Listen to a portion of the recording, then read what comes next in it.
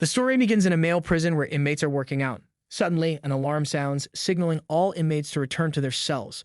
Sam, a prison guard, has been blackmailed by an inmate into smuggling contraband. The inmate threatened to expose Sam, warning that he'd end up in the same prison under the inmate's control. Feeling cornered, Sam attacks the inmate but gets beaten badly, resulting in a cut on his face. He is taken to the doctor for a concussion check and stitches. When asked about the incident by Tim and other guards, Sam lies, claiming the inmate had been troublesome for a while. He says he only asked the inmate to return to his cell, but the inmate responded defiantly. When the inmate didn't comply, Sam says he pushed him, which led to a physical altercation where Sam had to defend himself with a nightstick. To protect Sam from further trouble with inmates, it is decided he will be transferred to the tower. A few days later, while on the roof, Sam notices suspicious activity in the yard and uses a telescope to get a closer look. A fight breaks out among the inmates, prompting Sam to sound the emergency alarm. Guards prepare their tear gas and take positions on the roof. As the fight continues, several inmates are hit with tear gas. When the fight persists, guards fire warning shots, causing the inmates to lie down. However, Sam accidentally hits a black inmate while trying to target the attackers. Guards enter the yard to subdue the inmates, and Sam realizes his mistake. Warden Middles, along with guards Ed Simmons and Tim, discuss the incident. Tim defends Sam, explaining the previous attack and injury as reasons for Sam's reassignment to the tower. Ed suggests moving Sam to a less intense role, but Warden Mills orders Sam to be relocated to the women's prison despite objections from Ed and Tim and calls for a lockdown.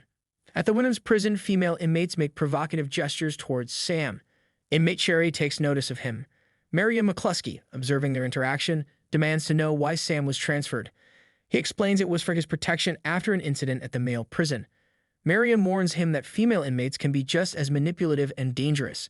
During a lesson, Cherry watches Sam using a mirror. In the break room, guards discuss the differences between the men's and women's prisons.